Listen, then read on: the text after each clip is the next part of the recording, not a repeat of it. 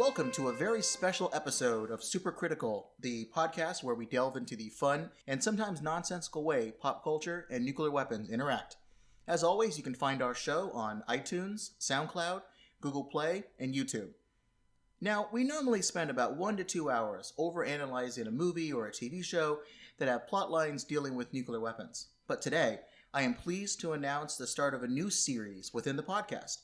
You know, sometimes there's a film that has just a scene or two that deal with nuclear topics. Maybe it might be a quick plot device or some sort of an attempt at using nuclear imagery to spruce up the plot. While these circumstances may not warrant a full-size episode, we still think they deserve to be overanalyzed in what I'm going to call our Mini-Nuke episodes.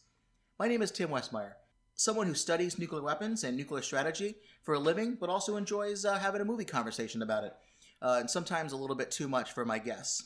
My usual co-host today, Joel, is not able to join us, but we brought back our Star Trek subject matter expert, Gabe, who you might remember from our episode 5 and episode 6, where we covered the nuclear plot lines of 2 Star Trek episodes from the original series. Gabe, thanks again for joining us. Thanks. Hey, how's it going, Tim? Well, I'm really happy that Gabe was able to come today because we are going to discuss the latest movie in the Star Trek reboot series, Star Trek Beyond, a sci-fi adventure movie released on July 22nd, 2016.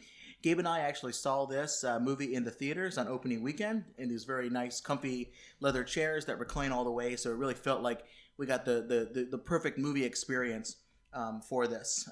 This movie was directed by Justin Lin, who you may know from 3 of the many Fast and the Furious movies.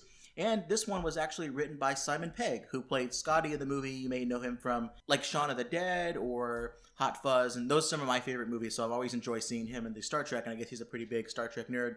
Gabe, you can, what was the significance of this movie in terms of the timeline and the history of Star Trek? This was pretty big because Star Trek's currently going through its 50th anniversary. It's kind of a lot of events and fanfare. They just announced a new TV series, Star Trek Discovery. Here in Washington, there's some events at the Smithsonian in September for the 50th anniversary of the day the first episode was aired. That is classy. Yeah, so I might go in costume. We'll see. But no, this movie, the release was strategically timed for this summer to correspond with the 50th anniversary of the show. Okay, great. Well, the cast seems like it's the same for the last couple of ones. We can run through that really quickly because the purpose of these Mini-Nuke episodes isn't really to get into a huge bit of the entire plot, because not a lot of it has to do with nuclear weapons, but we'll still, for the purpose to make sure everyone's on the same page, we have Chris Pine as Captain James T. Kirk, who is the commanding officer of the USS Enterprise, the ship that gets pretty well destroyed in this one. It seems like it happens like every other movie. Yeah. The Enterprise gets destroyed. Zachary Quinto as the Commander Spock, first officer and science officer on the Enterprise, and a close friend of Captain Kirk. We have Carl Urban as Lieutenant Commander Leonard McCoy, who is also known as Bones, right? Yeah, Bones on the show. I think he was one of my favorite people in this new movie. You have Zoe Saldana as Lieutenant Uhura, the communications officer, someone who's also in the movie that's important for the plot, is dating, or somewhat dating. It's complicated right now with Spock. And then you have Simon Pegg, as we mentioned earlier. He plays the Lieutenant Commander Montgomery Scott, or Scotty, the second officer and chief engineer. And then you have Idris Elba here as the villain, known in the movie as Crawl. And we learn a little bit more about him later, but we'll get to that.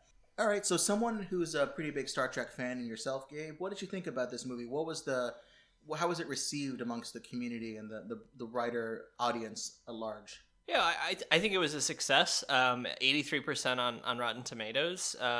It wasn't crazy in the box office. On a $185 million budget, made $216 million worldwide, so it's pretty good. It was the least amount of money for an opening of a rebooted Star Trek that's post the J.J. Abrams reboot, but it was the 4th behind the franchise adjusted for inflation, so 4th all time, and they're planning to make a 4th movie. So I think it was pretty well. I enjoyed it. I think there were a lot of, the hardcore Star Trek fans kind of picked parts of it apart. But in terms of a movie that could appeal to Star Trek fans like myself, but also to a wider audience, I think they did a great job. Okay, that's good to hear. I know I enjoyed it too, but we'll get to our individual opinions about the movie in greater detail right at the end. But let's run through the plot real quick. So again, make sure everyone's on the same page before we start to overanalyze really just one part of this movie. So really, it is a mini-nuke in every sense of the word.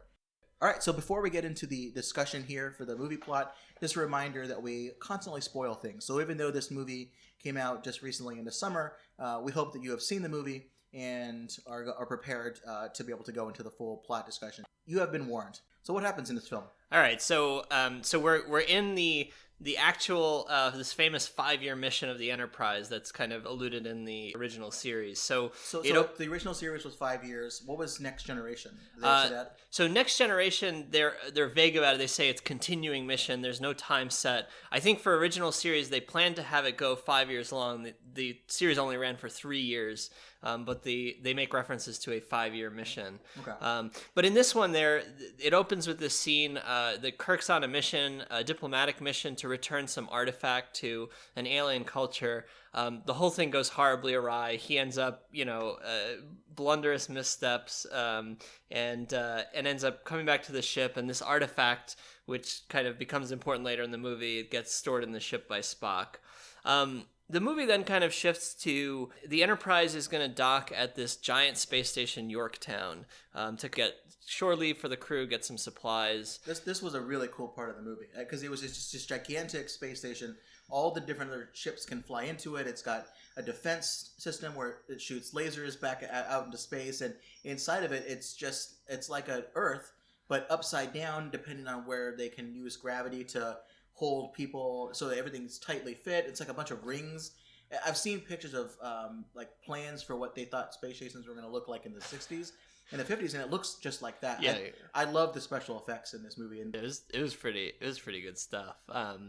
But even though the place is awesome, Kirk's kind of down. He's, he in his log entry he talks about how he's kind of getting worn out by being out in space and kind of getting dulled by the days out there. He's actually talking about wanting to leave his command of the Enterprise and trying to become an admiral where he'd have a desk job essentially. Meanwhile, other members of the crew are having stuff happen in their personal lives. Spock has decided that he wants to leave Starfleet after the death of the Spock from the Prime Star Trek universe, who was played by Leonard Nimoy, who passed away, obviously, last year.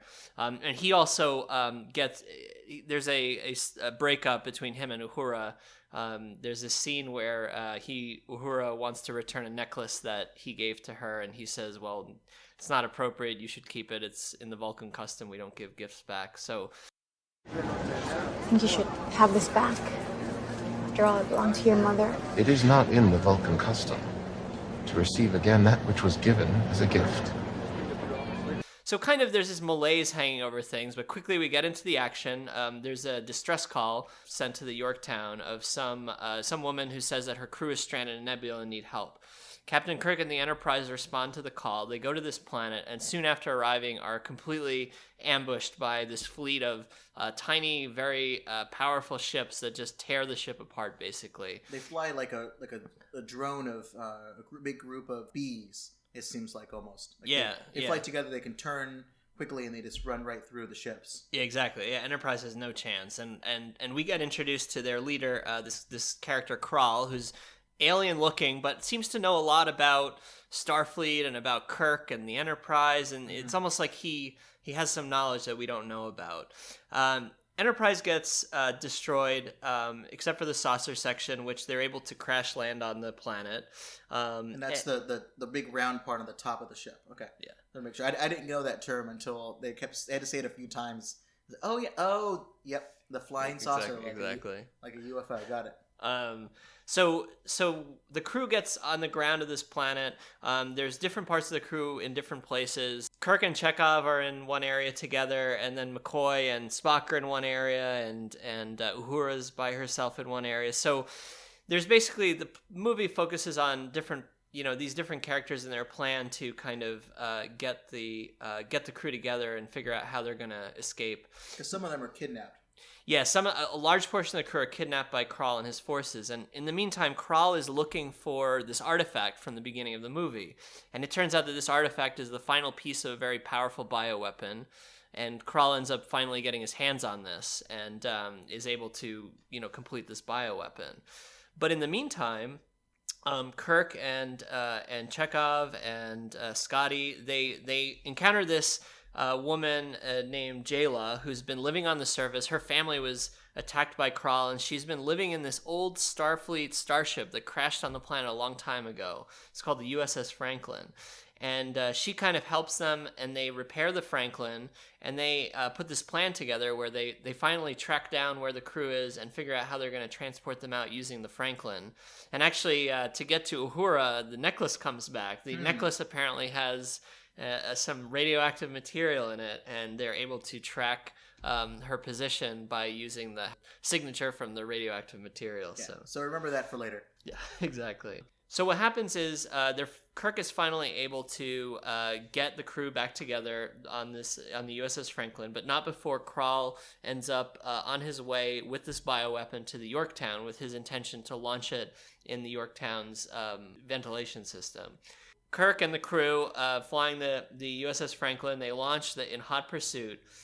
There's this great scene where they destroy most of Krall's fleet by broadcasting sabotage by the Beastie Boys on a VHF radio frequency that kind of causes mass confusion. Yeah, they call it classical music.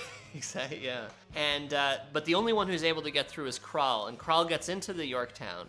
And at this point, we find out who Krall really is. He used to be a member of Starfleet. He was a soldier in the Starfleet Special Forces, but then became a captain. He's the one who crash landed on the planet with his ship, the USS Franklin, and began using some alien technology to essentially suck the life force out of other creatures, and it gave him this strange appearance and kind of caused him to go mad. And doesn't he match the appearance of whatever person that he takes over? It's almost like the aliens xenomorphs from the Alien series, Ridley Scott movies and the James Cameron movies. Like, if they attack a human and implant them, then the alien looks a little more human-shaped, but if they do that to a predator, as they do in the Alien vs. Predator movies, it looks more like a predator. They do it to a dog, it has 4 legs. So it seems a little bit like that. He takes on the physical appearance of whatever species he...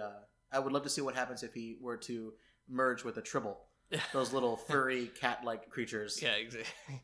I was going to say, if this was real, I'd like attack George Clooney or something. Yeah, you could like pick your persona. Idris Elba is already pretty handsome. That's true. Himself. Yeah, exactly. Well, so no, that's exactly it. And by the end of the movie, because Krall has been kind of using the Enterprise crew members for this, he starts to look human again. In the end, there's this big battle. Kirk is finally able to defeat him, and they save the Yorktown. And at the end, this whole adventure gives new energy to Kirk, who turns down the Admiral, the desk job, decides he wants to stay with the Enterprise. They build a new Enterprise to replace the destroyed one. Spock decides that he's going to stay in Starfleet. And it's kind of a happily ever after for all the members of the crew. During the film, when they talked about the radioactive necklace, my ears perked up. And I thought, oh, well, this is great, because now I have another podcast that we can do. The only nuclear point that we have to discuss today is what's the deal with that radioactive jewelry that Spock gives Uhura that not only looks stylish, but also ends up saving the day. When Kirk asks for a plan to locate the captured crew of the USS Enterprise, Spock suggests that they hone in on the unique radioactive signal of the necklace that Spock had given his hostage girlfriend Uhura earlier in the film, as Gabe mentioned. So the necklace is an amulet made of, and I don't speak Vulcan, I think Gabe is conversational in Vulcan, but Vokaya? Vokaya? Vokaya. Vokaya. I don't know. Vokaya. You say Vokaya, I say Vokaya.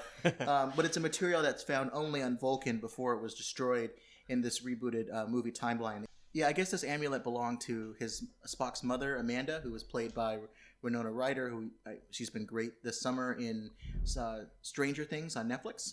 But so before she passed on, I guess she gave him this necklace, and it's a good thing too, because not only does it save the day, but it prompts this really funny exchange between Spock and McCoy. So let's do this. I'll be McCoy and you be Spock. All right, let's do it. McCoy, after Spock tells him about this process, he says, "You gave your girlfriend a radioactive jewelry?"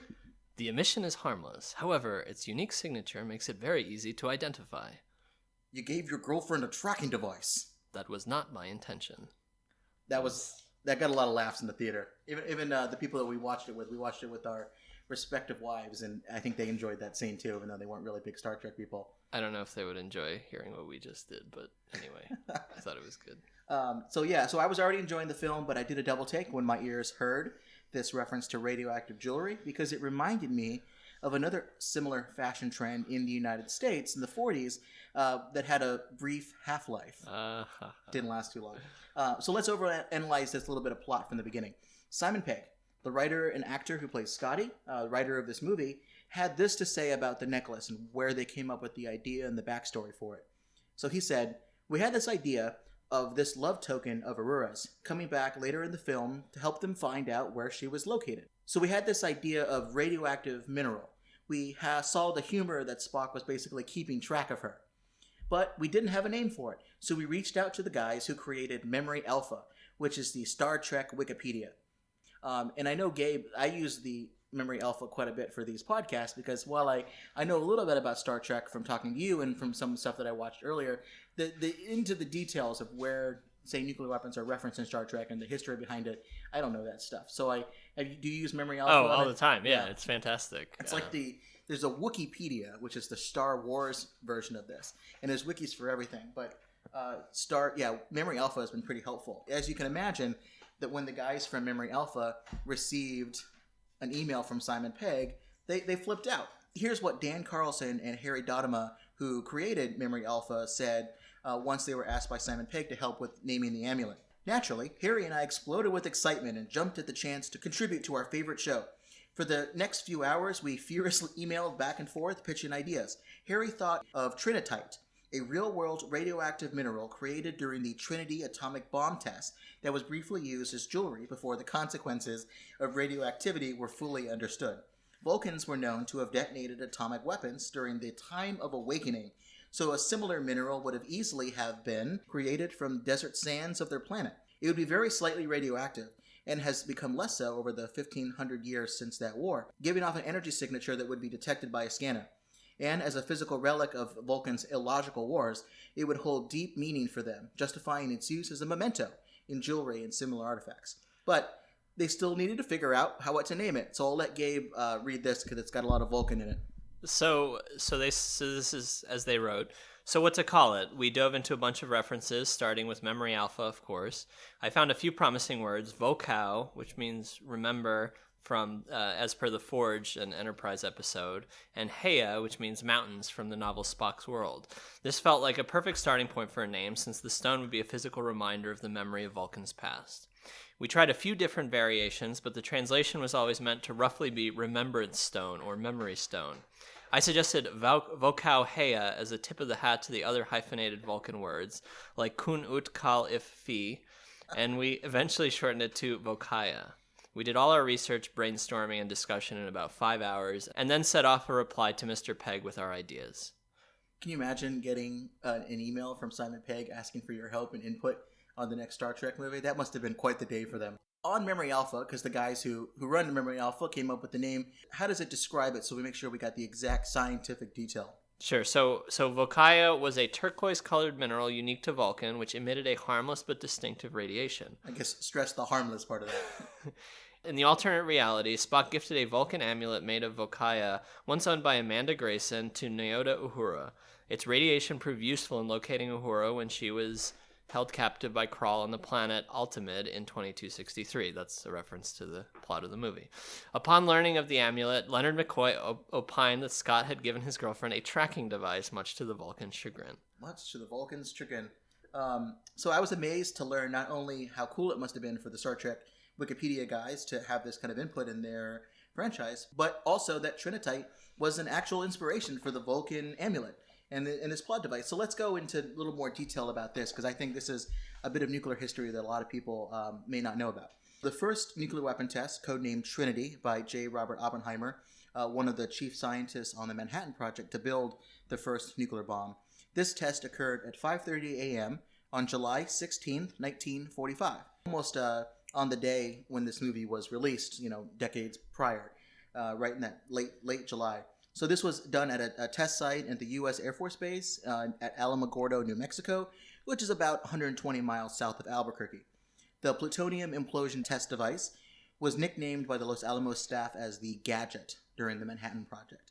It was placed atop a 100-foot tower and then detonated. And the detonation fireball reached a temperature of over 10 million degrees from a blast the equivalent of right about 20,000 tons of TNT. This was the largest man-made explosion, as you can imagine, ever in terms of the recorded history. Maybe the Stone Age, there's some better one that we don't have any recorded history for, but I doubt it. And just out of curiosity, 20 kilotons, how does that compare to modern nuclear weapons? Much smaller. The weapons we have nowadays, the ones on ICBM missiles, are rough. In the U.S., it's around 350 or to 400 kilotons, so very, very small. But we do have weapons that are in that smaller range, these low-yield nuclear weapons, but that's not the one that makes up most of our fleet. But it did for a while. Those were the smaller, simple implosion devices. So this is before thermonuclear bombs, which combine fusion and fission to produce these larger megaton yields. For some countries like China, makes up a lot of their arsenal. The sand that was part of the desert was made mostly of silica and a few other types of minerals, and the Trinity test caused this sand to form a light green colored glass called Trinitite. And while it's still slightly radioactive today, it's not as bad as being right there when this thing happened. Trinitite was first called Alamogordo glass, or more commonly atomsite glass. And after the test, most people thought the glass was made because of the intense heat of the fireball, because you can see similar things happening either in the desert or in the beach when lightning bolt hits the ground. That has been shown to make a version of glass. But if this was the case, if it was just from the heat, it would be fine to have jewelry, because you can just kind of scrape the top level off and you have this cool level of glass, and the bottom of it's totally okay. So that's why people maybe thought that it was okay to wear this stuff as jewelry. However, two scientists at Los Alamos, the Robert Hermes and William Strickfaden, in 2005 published an article with their theory on how the glass was made. They looked very closely at the Trinitite with microscopes and noticed spheres within the glass. And they suggested that instead of the glass simply being heated below the fireball, the sand actually was lifted up into the air inside the fireball, inside the mushroom cloud, which caused the sand to melt and form liquid droplets, much like water in a regular rain cloud. When the droplets became too heavy, after combining with each other, they fell to the ground, much like rain, and in the heat of the fireball, will smooth, and when they landed, became had a glassy texture, much like glass. This sounds almost worse than being stuck in an explosion, being rained upon by hot molten silica. Yeah. That sounds really awful. It's a pretty frightening to imagine it being right below that. So after the test and a few other U.S. tests in the late 40s and the early 1950s, the glass was sold to collectors and jewelry makers as a novelty item, because this is something that had never been created before. It was very unique. It had a greenish hue to it. So people thought, radioactive is pretty cool. This is definitely something I want to wear as a fashion statement. And because at the time people thought the glass was just formed from the heat and not being caught because of the radioactive cloud, it was considered completely safe.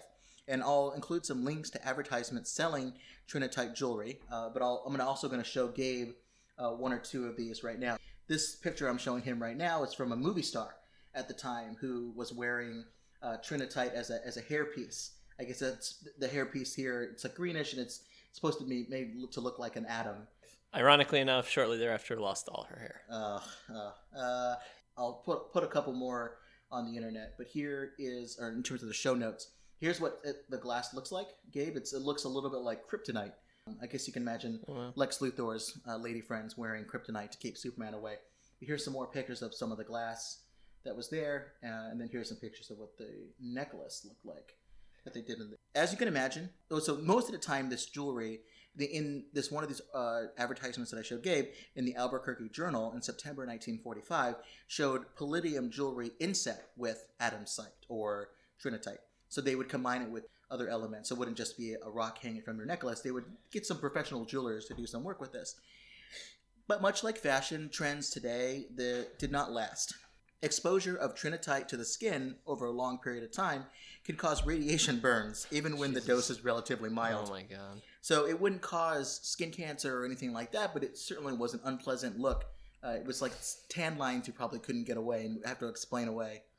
It's the gift that keeps on giving. You get the jewelry and then keep the burn. Left quite an impression on people. In 1953, the Atomic Energy Commission buried the remaining glass at the Trinity site, and it is now illegal to take Trinitite from the area. But you can still occasionally find it on eBay, on Amazon, and a couple other auction sites as well. All right, let's be honest, Tim. When you were searching for wedding rings, did you look for any Trinitite rings? I wish. My ring right now it's pretty cool. It's like a style of Damascus steel. Okay. But if I would have known how easy it was to get it on Amazon, I might have tried to see if I could at least maybe I would have tested on the fiance first. Maybe sneak it in on the engagement ring. There you go. But unfortunately, if you want to try to buy it yourself, you have to be careful because there's a lot of fake products that are out there. People wanting to take advantage of the popularity of it to make some sort of a stone look green, and they put in a little bit of radioactivity into it so that it will click on a Geiger counter. And the way to tell that Trinitite is real, there are certain neutron activation products that aren't naturally found in minerals and ore where it could be naturally radioactive, because a lot of material is naturally radioactive. You see that at construction sites. Bananas are radioactive if you put enough of them together. You need these certain detectors to be able to detect for gamma radiation in a very particular type of signal to be able to tell that it's real or not. So be careful if you're getting scammed on the internet. Look for that certificate of authenticity. So one thing I'm wondering is, when they first were selling this stuff, did they not put like a Geiger counter next to it? Like, how did they not realize that this stuff could be dangerous and cause harm, you know? Well, so radiation is something that I think scares a lot of people, but it's something that's not like you aren't in your life not being exposed to radiation and all of a sudden are exposed to radiation. People were always constantly exposed to radiation. So there's this thing called background radiation. So if you take a Geiger counter and you put it up into the air and you touch, the table that we're looking at now, there is some radioactivity to that because we're being hit by cosmic radiation. There's a lot of building materials that has radiation to it. It's not to the level that causes you any sort of harm, but that's why we look at things like lifetime radiation doses. We look at daily radiation doses. So there's different ways to calculate how much exposure you're allowed to have. They probably took the glass, did a few tests on it, and said, this is pretty mild compared to other things that are out in the desert that we just exploded a nuclear bomb over, and they thought it was fine. But it's one of those things that everything is chemicals, but it's all about how much you take and what's the dosage and the levels. I think this jewelry was one of those. They just didn't get that balance right. It was too much for people's skin to be able to handle, and it didn't last very long. It wasn't until like 1953 when they stopped letting people take this thing as a souvenir when they would leave. So you can still visit the Trinity test site about twice or 3 times a year. They open it up to the public, but they definitely make sure you don't take anything with you. And it wasn't just unique to the Trinity test site either. Anytime we did an above ground nuclear test, depending on the exact parameters of it, this glass was going to be created because of the same criteria is there. And there's even an equivalent from the Soviet Union test. So I'm going to terribly mispronounce this, but Kotarinchik, but it's named after one of the country's top nuclear weapon scientists. I'm saving some of these details that I have for a later episode, but there was definitely a trend at the time of using radiation for everything. You would put radiation into your food, and you would drink droplets of it. Radioactive toothpaste. You would go to hot springs that had natural radiation to higher doses, and it was considered to boost your healing abilities. And then I'm sure comic books didn't help with that when everybody would get radiation induced power like Spider-Man and all of that.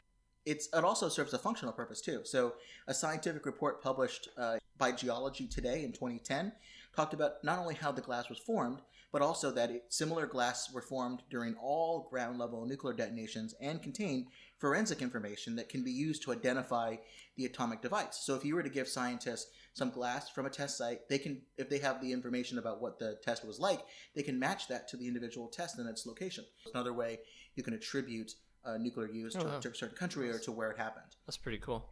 I found this one piece of information while I was doing some research on the amulet, and it's according to an article on theadventurine.com, which is a jewelry and wedding blog. The actual amulet was created by the props department. So Andy Siegel, who was the prop master for the film, said, I can make a space gun almost without thinking about it, but if you want to make a piece of jewelry, you better make sure you pay attention, because people are going to actually look at a piece of jewelry as opposed to a space gun. So he contacted John Eaves, who was a Star Trek veteran. He's an illustrator who had worked on every Star Trek movie since The Final Frontier in 1989. He designed the necklace itself, kind of what it would look like, and he drew from Vulcan history and what the imagery they'd done before. And I gave a picture of this. Here I'm showing a picture of him right now, kind of what this looks like. But you can get a sense of what they wanted to go for. They always wanted this stone itself to be a light blue, but they couldn't get real opal because it's really expensive. So they found someone who could make a synthetic version of it, a replacement, because they needed 3 of them. They needed one for the main actress, one for the stunt double, and then a replacement in case one of those broke or was taken off on the set. And they actually wasn't radioactive because they couldn't track it down. So they found this synthetic version of it and were able to make it. So I think that's just a little bit of a fun history of how props are made. Not only kind of how you name these things, but where you how do you get the idea of what they will look like. Opal actually is a good choice for this particular piece of jewelry. So fair disclosure, I was a geology minor, so I started thinking about this as we were talking, but the opal is a polymorph of quartz. Quartz is silicon and oxygen, which is the stuff that was in the sand in the desert that got turned into the nuclear glass.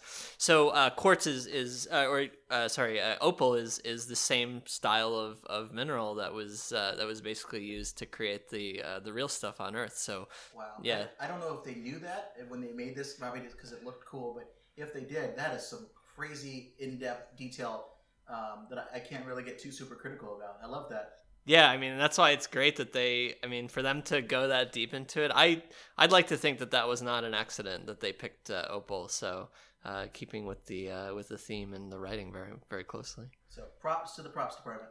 Yeah. So that's the thing I wanted to kind of go into. I thought it was really interesting, not only because it was a similar idea, but that there was real inspiration from Trinitite. And again, I'll show some pictures on our show notes about this. But let's do a quick wrap-up of this movie. Let's do what we were calling our parking lot movie discussion. After the movie's over, we hang out in the parking lot and talk about the film. Gabe, you have some thoughts about some of why this film in particular was a good part of this rebooted series. Yeah, well, 2 things. First, the reason that we're talking about this is because the writers actually cared to, delve into this kind of minutia, and I think that shows their respect for the canon and the series. And I think a lot of people were worried that when they heard that Jeremy Lin was directing, this would just be a Fast and Furious set in space. But I think that's a great idea too. But sorry, go ahead. So that's one. I mean, the fact that they put the attention to the plot. 2, I thought it was heavy on the action. I thought that was fine because I thought it fit nicely into the canon. I really thought that the first movie is about Kirk thinking that he's kind of invulnerable and him learning that he's not. The second movie, same thing. It's him learning about death and his mortality. And I really thought this third movie was about immortality and Kirk kind of developing Kirk's persona of this kind of timeless character. And, he's kind of getting worn out. And it's literally a character who has become immortal through Kral, through doing these treatments. It kind of teaches him the importance of perseverance in life, and maybe it's boring out there in space, but as long as you stick to your values, as long as you try to do what's right, you can do that as long as you can. So I thought that was a very nice. It fit nicely into the whole series. Interesting, because I know one of the exchanges that McCoy has with Spock was about whether or not Vulcans fear death, and fearing death is illogical in their culture. And then McCoy comes back and says, no, fear of death is what keeps us alive.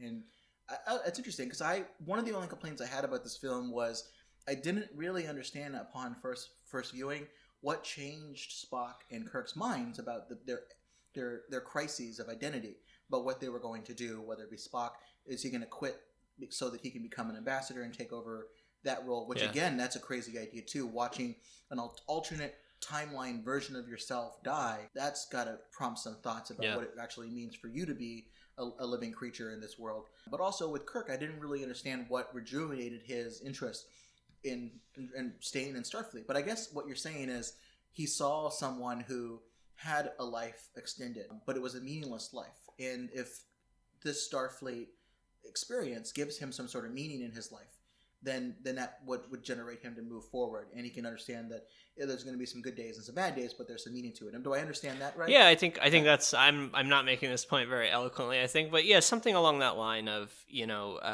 Kral chose this path of immortality through nefarious bad ends and lost who he truly was, both on the inside and on the outside. And I think Kirk realized that this is space is his destiny, and his that's where his values are, and it's something worth sticking to. Interesting. Well, as someone who isn't fully invested in the Star Trek universe and history and the lore and the canon, I definitely enjoyed this film, and also and the radioactive jewelry piece to it was fun for me because it was like scientific problem solving, which they didn't really do in some of the other films. But so let's give this one a rating as we always do. For this one, out of 5, 1 to 5, I want to say 1 to 5 red shirt deaths. As everyone knows, you see a crew member wearing a red shirt, that probably means they're not going to make it in the scene. Got to have some of the expendable people to show what the stakes are. So 1 red shirt death is a boring episode with only 1 insignificant crew member passing on. Well, but 5 is top tier entertainment. You know that's a good episode. Out of 1 to 5 red shirt deaths, Gabe, what would you give this film? I'd give it a solid 4. I mean, I really liked it. You know, it wasn't perfect, but it was a solid Star Trek movie and just a solid movie. I would agree. I would also say 4. Nice. 4 is with it. I would say First Contact gets 5. Undiscovered Country gets 2. If that gives you a sense. Nemesis maybe 2. Yeah, I maybe think Nemesis is a little better than I give 1. Nemesis was like 0 red shirts died. There's like no action whatsoever. They just sat there. But anyway.